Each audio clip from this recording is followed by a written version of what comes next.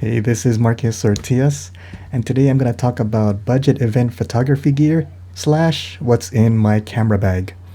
So the reason I wanted to make this video is if you spend a lot of time watching photography videos on YouTube like I have, you can get this misperception that you need like the latest, greatest, and also most expensive photography gear in order to take good photos. But I don't think that's true, and that's why I wanted to make a video like this and put it out there for people who are like the average consumer like me. So who is this for? So this is maybe you're a parent, you want to take better pictures of your family, maybe take pictures of your kids' birthday parties, school graduations, things like that. Maybe you're a student and you want to take pictures of campus events like assemblies, maybe sports, concerts, and maybe you're a young person who wants to do event photography at parties, bars, or nightclubs, maybe as a side gig, a second income. And maybe you're just a designated photographer at work and you've been assigned to take pictures at company parties or corporate events. And also maybe you just like going out to events and you want to take better pictures at parties, concerts, fairs, festivals, things like that. So this video won't talk about weddings specifically, although some of this will apply to weddings too. And so I watched a lot of videos about event photography and I learned a lot, and so I also wanted to pay it forward by kind of taking like the best stuff I've learned and put it into one video. So this video might go a little long, but hopefully it'll save you a lot of time and research the way that I had to spend. Alright, and if you see me looking down, it's because I have a Google Doc with my notes. I just want to make sure I cover everything and don't lose track. Alright, so first we'll talk about camera bags. So I'm not sure if my camera can fit everything, but let's see. Let's try if I can do it without knocking over my microphone. So this is my backpack, camera backpack. So this is, let me look at the name. So this is the SmallRig BPL01 multifunctional 20-liter camera backpack.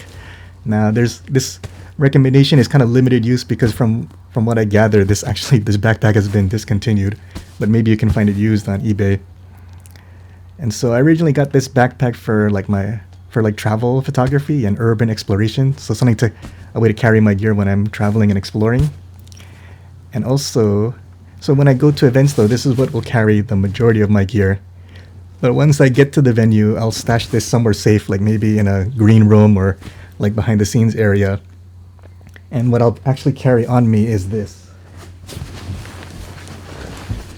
So this is a Think Tank Vision 13 shoulder bag. So the way I'll walk around an event is I'll have my camera on a shoulder strap, and then this will carry maybe some extra lenses and extra memory cards. All right, let's get back to the backpack. Okay, so let's see. Hopefully you can see everything. All right. Gotta be careful that everything doesn't fall out of this.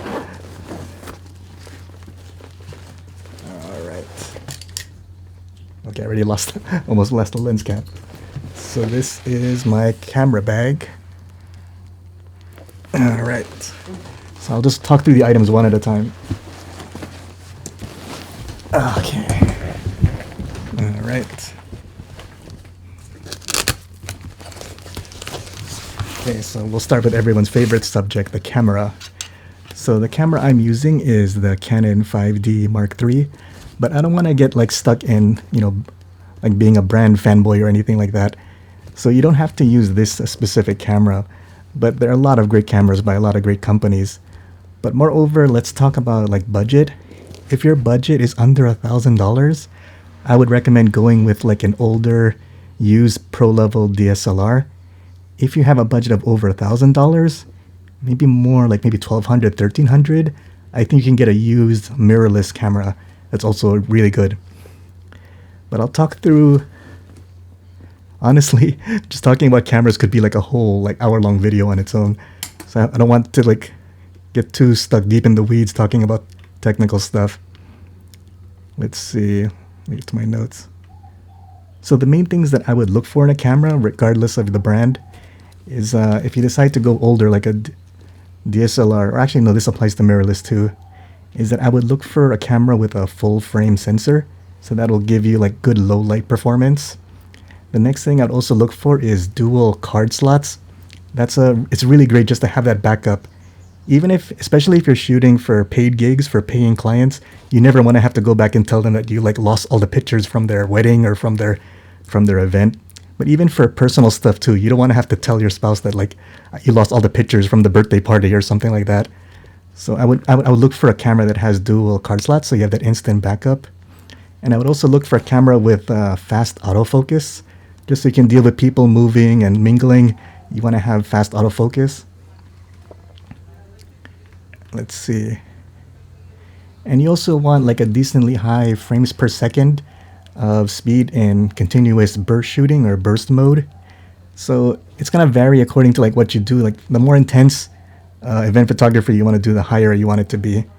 So just as for my general impression, I would say like 6 frames per second is a good baseline to start from. 8 to 10 frames per second would be ideal, and anything more than 10 frames is probably overkill unless you're shooting like sports or wildlife. And another feature that I think I know I didn't think about this feature until I got a camera is look for a camera that has a silent shutter mode, or sometimes called electronic shutter mode if you're on mirrorless.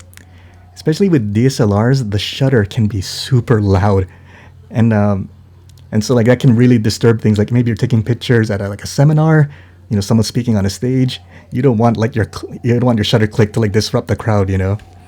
So yeah, like having something like this for ceremonies, speeches, theater performances, it'd be good to have silent shutter.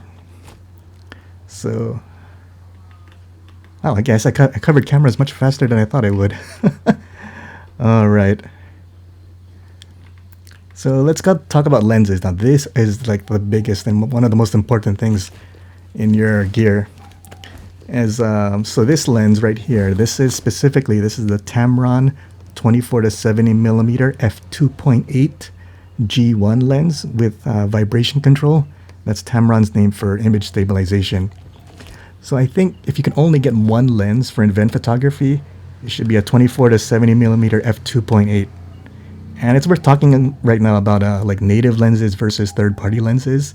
Native lenses is when the brand of the lens matches the brand of your camera. So like a Canon lens on a Canon camera, a Nikon lens on a Nikon camera, Sony lens on a Sony camera. Those are examples of native lenses. But there are other companies, third-party companies, so like Tamron, Sigma, Samyang, also known as Rokinon, Tokina, Viltrox. These are all third-party companies that make lenses of varying quality, but often they're much cheaper than native lenses. So in my case, I wanted to save money. So instead of getting a Canon 24 to 70 millimeter f2.8, I got a Tamron one instead, because this one I spent about $479 on, and so I thought that was a pretty good deal. Now I like to buy, I should have mentioned this earlier, one of the biggest ways I save money is buying older gear, plus buying it used rather than new. And so like this camera's, most of my main gear is used, except for maybe some of the smaller accessories. So like this camera was used and this lens was used. Now when it comes to used lenses, one thing I wish someone had told me is that you're often going to need to do what's called lens calibration. And so that's another reason why I would recommend you get an older pro level camera rather than a consumer level camera. Because old pro level cameras can do lens calibration, whereas consumer level cameras, I'm not sure if they have that feature. On Canon, lens calibration is called AF micro adjust. On Nikon, it's called AF fine tune, and I'm sure the other brands have their own names for it. But out of all the lenses that I've bought, I've had to do lens calibration on all of them except for one. So that's a good skill to have and a good thing to know going in when you're shopping for used lenses. On the bright side though, I think a lot of people sell their used lenses because over time, the lens autofocus becomes less accurate, and maybe people don't know about lens calibration, so they decide to just sell their lens and maybe sell it really cheap. So if you can just watch a couple of YouTube videos, lens calibration for your camera brand, you can get some really good deals on used lenses if you know how to fix them that way. All right, so if you can only have one lens, yeah, the 24 is the 24 to 70. Now honestly though, this wasn't the first lens I bought because it's a little bit more expensive. I started off with prime lenses first, and then I kind of built my way up to 24 to 70. So let's talk about some of the other lenses that I have.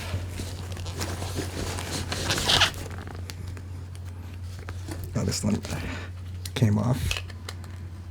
So let's start with, yeah, so we'll work our way from widest lenses to more telephoto lenses.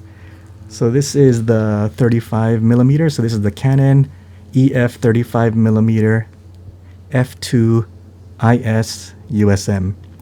So if you prefer if like a 24 to 70 millimeter lens is kind of out of your budget right now, and also you feel maybe it's too big or heavy, I would go with like a moderate wide angle lens, like a 35 millimeter. Now specifically this Canon lens though is kind of pricey. I got a bit spoiled because the other prime lenses I have are so much cheaper. This one cost about $400. So specifically for Canon, if you want to save money and that's a little bit too high, I would look for the Canon EF 28 millimeter f1.8. And other camera systems will have a 28 millimeter as well. So if 35 millimeter is a little bit too expensive, depending on your camera brand, I would also look at a 28 millimeter lens. So 35 millimeter lenses or moderate wide angle lenses like this are great if you're shooting in tight spaces and if you're taking lots of group pictures. I'll talk later about a different lens that I had so much trouble with shooting group pictures because it wasn't quite wide enough. So especially like for example, if you're shooting a wedding, a wide angle lens like this would be really great for like the bridal getting ready shots or the groom getting ready pictures, because oftentimes they're shooting like in a dressing room or something like that. So that would be really good. But also it's just good for when you're taking group pictures because it's just really convenient. It just like grabs like everyone in the scene. And it's also good for like environmental shots and environmental portraits as well. So you can probably, if you're shooting like more small events and parties, you can probably shoot the majority of an event on a wide angle lens like this. So next is, so this is my Canon EF 40 millimeter f2.8. So this is what's called a pancake lens. And I didn't really get this for event photography. I got this more to use as like a casual everyday carry type lens. So like travel photography, street photography, vacation photography. So on my big camera, this is such a low profile lens. It's almost like the size of a lens cap.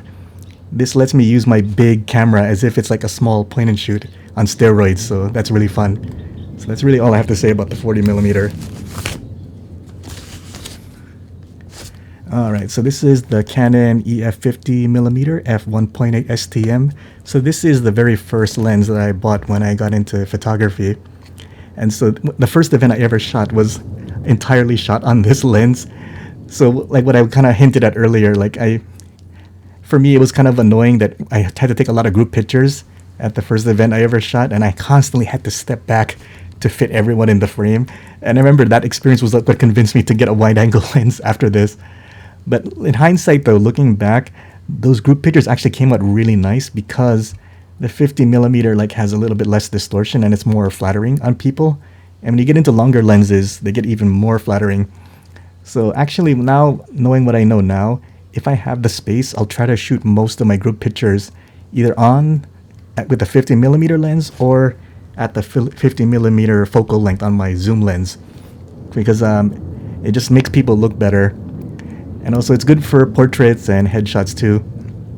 So a 50 millimeter lens. So this is probably like the first good lens like people buy, or that I recommend that people buy aside from like the kit lens maybe that came with their camera. It's just a great like lens to have in your bag, like great bang for the buck for the image quality that you get. So that's the 50 millimeter lens. All right. So my last, wait, no, not this one. Whoops. Where is it?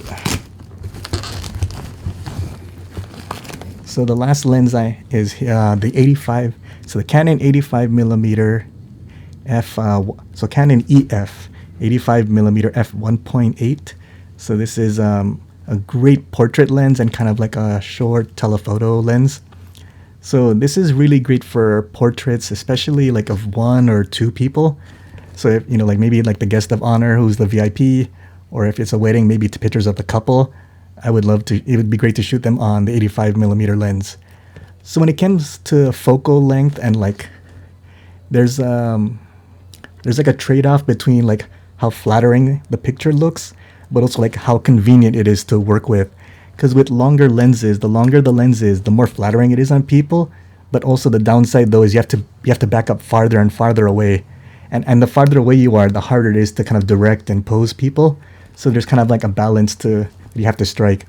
So for me, I would use the 50mm lens for group pictures and then use the 85mm for pictures of one or two people.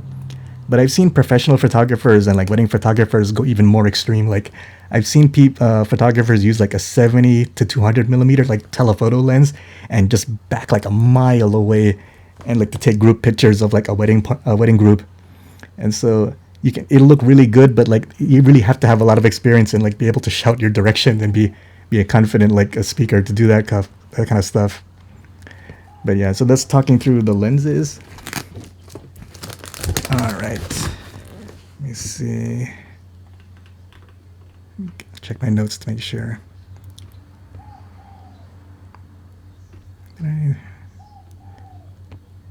Oh yeah, I forgot to talk through this. So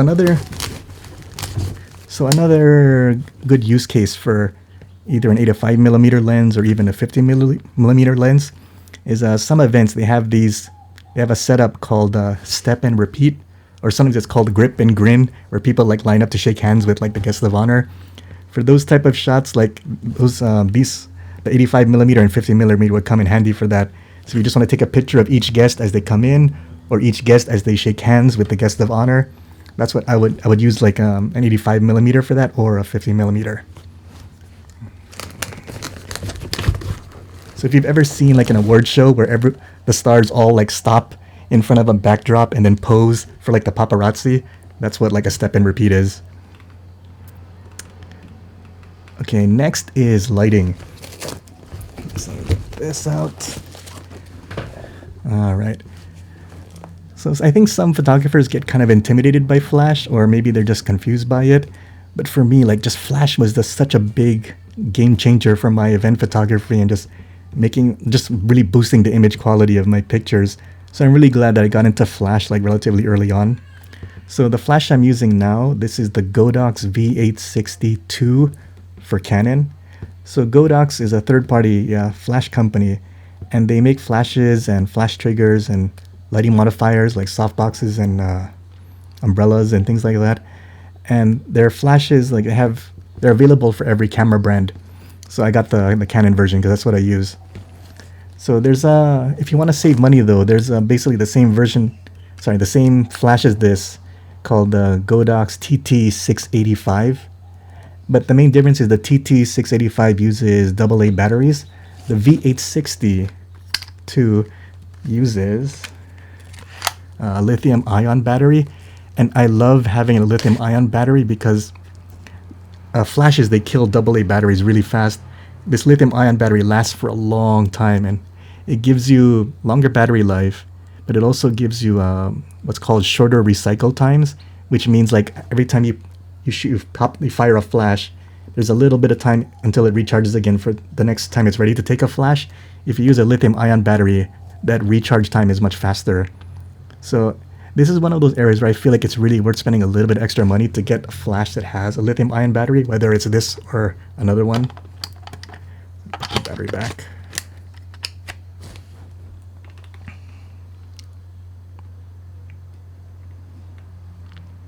Okay, now let's get into the next section.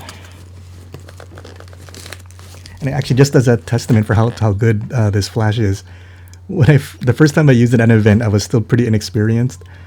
I shot this at like full power, which is like 1/1 in the manual settings, because at the time I was kind of afraid to like let my ISO be too high. So I think I set my ISO at like 2500, and I use this at like flash at full power, which you're not really supposed to do.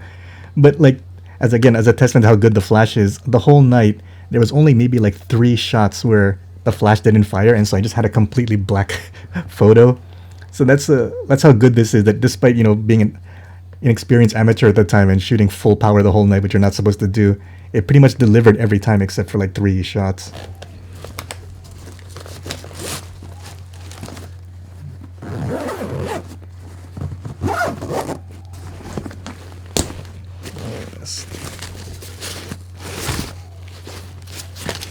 So I'm going to talk about this. What's in this top compartment now? Oh, this is such a mess in here.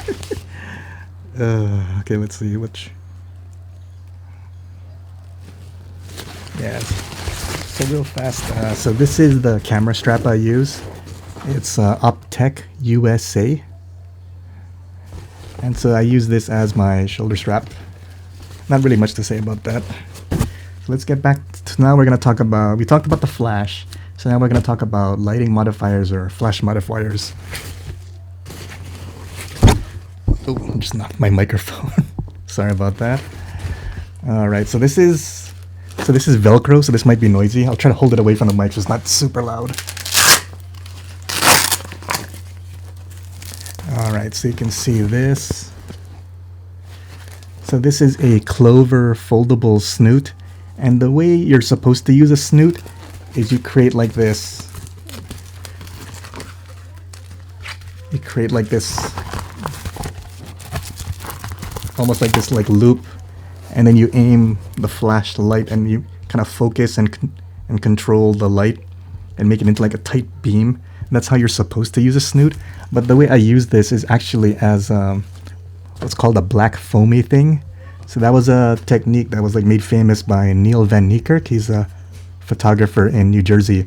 So I use this on my flash. Oh, let me get my flash.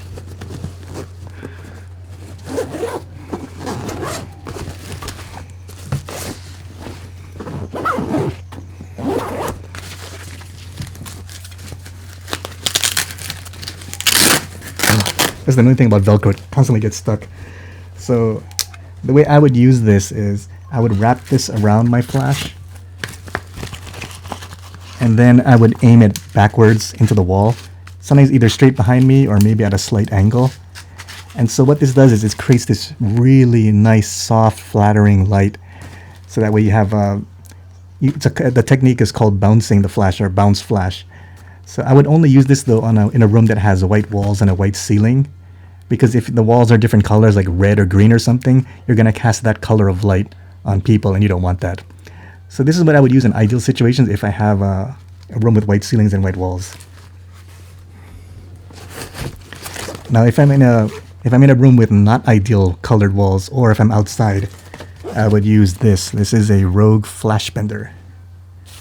And so what this does is acts as like a white, it's like bringing a white wall with you everywhere. So your flash goes up, it bounces off of this, and then creates that soft, flattering light. But you can also shape it, like maybe if I'm outdoors and I want it to go farther, or if I don't want this to hit the ceiling, I'll like curl it down and then aim the light, bounce the light flat that way, bounce the flash. So this may seem like a weird thing to get excited about, but like the Flash Bender and the snoot, like the black foamy thing, these things have been the biggest things that have helped my image quality. Alright, so my computer's telling me I'm running out of storage, so I'll wrap this up. So again, I'm Marcus Surtius, and I hope this helps you with your event photography.